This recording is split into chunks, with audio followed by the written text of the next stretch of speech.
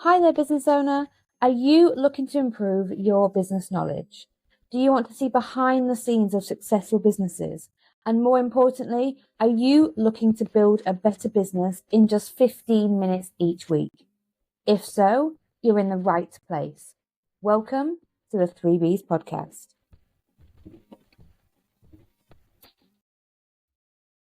Hello and welcome back to another episode of the 3Bs podcast, your go-to weekly podcast to help you build a better business in just 15 minutes each week.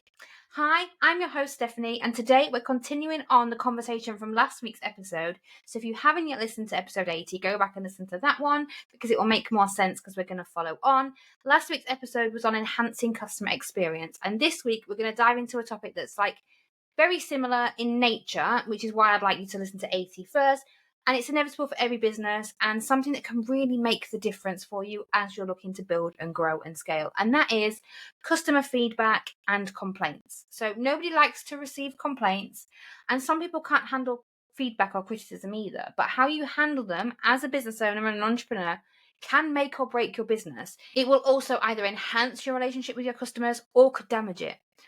Today, we're going to look at ways to deal with feedback and complaints gracefully, efficiently, and with ease so that potential issues become opportunities for growth and that the customer feedback is used in the best way to help you build a better business. Whether you're running a small business and you're just starting out, or you're a bigger business with a big team of staff, or even somewhere in between, this episode is full of strategies to help you master the art of handling feedback and complaints with ease. Let's get started. Before we dive into how to deal with them with ease, let's talk about why feedback and complaints are so important to your business on both sides of the coin. Many people think of complaints as negative, the same as criticism, but in reality, they're actually a really valuable form of feedback. Every time a customer takes the time to provide feedback to you, whether that's positive or negative, they're giving you an insight into what's working and what isn't from a customer's perspective. That's something that literally is like liquid gold to a business owner who's looking to grow and scale. This is why it matters. It's an opportunity for improvement. Complaints highlight areas that your business is falling down upon, things that need attention, things that need improving. Ignoring those can just lead to bigger problems further down the line, but addressing them now helps you to restart the slate clean and improve going forward to ensure that customer experience that I talked about last week is enhanced to the best possible standard. Customer retention, again, spoke about it last week. Handling complaints well can actually increase your customer loyalty. Customers often care more about how you resolve an issue than the issue itself. And that's the bit they're going to remember. There's a very famous quote or saying, and I can't remember who says it now, and it's people will not remember the things that you do, but they'll remember the way you made them feel. And the way that your customers feel is enhancing that customer experience we talked about last week is going to help you keep those customers coming back time and time again, or referring you to their friends and family and your ideal clients because they've had a positive experience with you, even if there's an issue. And also a competitive edge. Many businesses fear negative feedback, won't ask for it, and will hide away. But if you ask for it, tackle it head on, be open and honest and transparent with them, and show your customers and clients that you care about their experience, you're going to set yourself apart from competitors who may not be as proactive, which will then lead to you building a bigger business. Feedback can be seen as a positive or a negative thing, depending on how you look at it. But either way, both require attention. So let's start with positive feedback. When you get positive feedback, you need to celebrate it. You need to not let compliments go unnoticed. You need to share them with your team. If a team member has received a glowing review, please tell them. Go and tell them, send them an email. Maybe you do a company newsletter and you could point out 2 or 3 exceptional members of staff who have done something really incredible. That if they're not reading the feedback that you're getting and the testimonials and things like that, they're not going to understand the impact they're having. They're going to feel more motivated. They're going to feel valued as members of staff, and they're going to give you a better output as a result of that. It's so easy to get caught up in dealing with the complaints and that you'll forget to recognize that positive feedback you receive. There's 2 sides to every coin, and positive feedback is also really beneficial for marketing and things like that. So using those testimonials and that positive feedback that you create will help you to show other new prospective customers and clients that working with you results in this amazing result, that this is what customers experience when they come to work with you, when they come to buy products or services from you. If you shy away from feedback, if you don't ask for that feedback, if you don't ask for reviews and testimonials because you're scared or fearful of the complaints that may come in or the negative feedback you might receive, you're going to miss out on those testimonials. You're going to miss out on that amazing marketing material, that social proof, that little nudge to boost you and your staff. A simple thank you, we appreciate you, can go a really long way. And not only is it important to acknowledge those positive feedbacks and reviews and testimonials, but to go back to the person who has left it and just say thank you to them. Say thank you for leaving it, we appreciate your support, or thank you for your feedback, or we agree so and so is an incredible member of staff and I'm so happy that you had a positive experience with us. That is what your customers are going to remember. That is what your customers are going to see. That is what your potential customers are going to see if you do it on your social media channels. And that's going to help you to build a better business. Now, on the opposite side of that, negative feedback can be difficult to handle. I understand. I am a control freak and I take everything so personally sometimes as a business owner, as an entrepreneur. But it is crucial for improving your business. If you want to get better, which the only way to build your business is to continually improving, whether that's 1% or 100% a day, you need to build a better business. I presume that's why you're listening to me today, or listening on the podcast, or watching us on YouTube. So addressing that negative feedback is incredibly important. Whether it's hard to hear or not, you need to get it. And my first point is just to stay calm and professional. Like, don't take it personally. I am the pot calling the kettle black, because I am someone who does take it all incredibly personally, because I have built this business. I've put blood, sweat and tears into it year on year and built it up, and it's my baby. So when those negative feedback come in, and I've been lucky and fortunate that we haven't had much to deal with, but when it does come in, take a deep breath and approach the situation with professionalism. What I like to do, if it's something I'm taking quite personally, is pretend I'm my client and I'm advising my client on how to respond to this feedback, because it takes the personal out of it, the emotions away, and I think that often really helps. Just like with the positive feedback, acknowledging the complaint is incredibly important. Let the customer know that you've heard them. Let them know that you're looking into it. Even something as simple as, thank you for bringing this to our attention. We're really sorry to hear you've had this experience with us. We are going to investigate this fully and we will come back to you. If the feedback comes through publicly, so on your social media or on a public platform, acknowledge the issue publicly, but try to resolve it privately. There's no need to air dirty laundry, because what's going to happen is other people, potential clients or your competitors, may see that feedback, and if you're resolving it publicly, they're going to use that against you, and it can sometimes be taken out of context, which can actually damage the brand and your business as you're building it.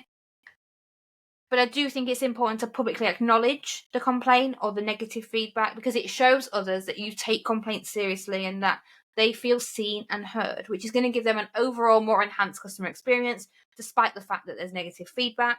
And that's going to help give off an overall positive light to you and your company. And offer a solution, whether that's a refund, a replacement, or a discount. Offer a solution that aligns with the level of the issue. If you're product-based, it's normally like a replacement or a refund. If you're service-based, then obviously a discount or a refund is probably a more likely solution for that. But you do need to offer a solution to them. And depending on the severity of the feedback and severity of the issue that they faced, it does need to be in line with. There's nothing worse than, I have done an online shop, for example, a couple of Christmases ago. A few people I'd seen online afterwards actually had booked their Christmas shopping to be delivered on the 23rd of December. Bearing in mind I'd booked the slot back in the September time. It had come to the morning of the 23rd. The supermarket had a huge failure in their IT system and couldn't deliver the Christmas, any of the grocery orders. So all of my food for Christmas dinner suddenly wasn't being delivered. That's not them just sending me a broken egg. That's not them just missing one thing. That is an entire shop. And therefore, the resolution needed to be not only a refund for what they're not delivering, but an added gesture of goodwill because of the level of disruption that they had caused me. Who can go and find a turkey on the 23rd of December? Let me tell you that. It's not fun. And as a customer, It made me less likely to shop with them online for a really long time before I thought, oh, let's try it again because they were a better supermarket for my needs. Customers are more likely to stay loyal if they feel their complaint has been resolved fairly. If they had been much more forthcoming with their apologies and rather just like, oh, well, the system's broke, can't do anything about it, which is what I got when I called customer services, I'd have been less likely to move to a competitor for a little while. I'd have been more likely to stay with them and go, yeah, it's frustrating. It's a shame that this has happened. But, you know, I feel seen, I feel heard, I've been listened to. They understand the issues they've caused by this, and they're trying to make amends. And also follow up. So after you've resolved the issue and it's come to a close, most businesses fail to follow up. Follow up with that customer to ensure that they're now satisfied, that the resolution has been made, that your experience with them, the customer is left feeling like they've had a positive experience, or as positive as possible, depending on the issues that they faced. Just by checking in with them to make sure they're still satisfied, to make sure everything's happy, is there anything else I can do for you, goes a really long way. It shows you care about their experience beyond the immediate complaint. You're not going, yeah, cool, that one's resolved, next. Handling the feedback, positive and negative, builds trust and shows your customers that you value their opinions. As I've said, if you handle things publicly, other potential clients are going to see that, your competitors are going to see that, and be mindful of that. And finally, just some best practices for handling complaints. Like, it's not fun to handle a complaint. They're uncomfortable and they can be really heartbreaking for business owners and entrepreneurs. There are always opportunities to fix what's broken and regain that customer trust. So here are some best practices to keep in mind when handling those complaints. Listen actively. When your customer is upset, they want to feel heard. Actively listen to their issue without interrupting. If they need to go on a rant, you need to listen to them rant it out. Sometimes customers just want to vent and feel validated before you even begin to address the solution. Specifically in a service-based business, if a client feels they're not getting the value they expected, the results that they were expecting, it's important for you as a business owner to listen carefully to their concerns, because that can reveal any misunderstandings or gaps in communications that can be easily corrected, and the solution is then found very easily, and you can move on from that complaint without losing the trust of the client. Take responsibility and offer solutions. So if the complaint is valid, take responsibility, own your mistakes, explain what went wrong to them if it's appropriate, and offer a solution that makes it right. Don't go, oh, well, it was Joe's fault. Oh, it was so-and-so's fault. Oh, but it's your fault, because it's not our fault. You need to own a mistake and go, look, I am very sorry. I made a mistake. This is what happened, and this is how I'm going to fix it. It's how I run all my businesses and how I encourage my clients and every entrepreneur business owner listening or watching this to do, is own your mistakes. And it can feel so uncomfortable admitting that you were wrong, but that could be the difference between that customer staying with you or that customer going elsewhere to your competitor. And as a customer, how would you want it to be if the mistake had been made and it affected you personally? That's how I like to think of it. In a restaurant, if a meal is not up to standard, then it may be that it's not your fault. It may be that their taste is not right. But however, if that disgruntled customer, you don't rectify the situation, they're going to go and tell 10 people that they had a really bad experience with you. And then those 10 people are going to go, oh, but Joe said his dinner was awful, I won't go and eat there. You're losing customers constantly because you haven't owned that mistake and put it right. Also, and this is really important, be proactive. Don't wait for complaints to come to you. Ask for the feedback, use surveys and follow-ups, and be proactive to show customers that you're committed to constant improvement. That can really help stand you apart from the rest of your competitors in your industry as well. So handling customer feedback and complaints doesn't have to be daunting or scary. I do understand it can be uncomfortable at times, but it is a part of business. And as your business grows, by a law of averages, there's going to be more complaints than you are used to dealing with as the business grows. But just remember that every complaint is an opportunity. It's a chance to improve your business, strengthen your customer loyalty, and showcase your commitment publicly and privately to delivering the best experience possible to your clients. And that brings us to the end of another episode of the 3Bs podcast. I really hope you found it useful. If you enjoyed this week's episode, please do leave a review and share it with your network so I can help more business owners to build better business. Don't forget to hit that subscribe button, whether you're on Spotify, Apple Podcasts, or YouTube, so that you never miss an episode, as they're filled with actionable tips to help you grow your business. And you need to listen to all of season 2 to get your CPD certification. I'm Stephanie, and I'll see you next week for the next episode.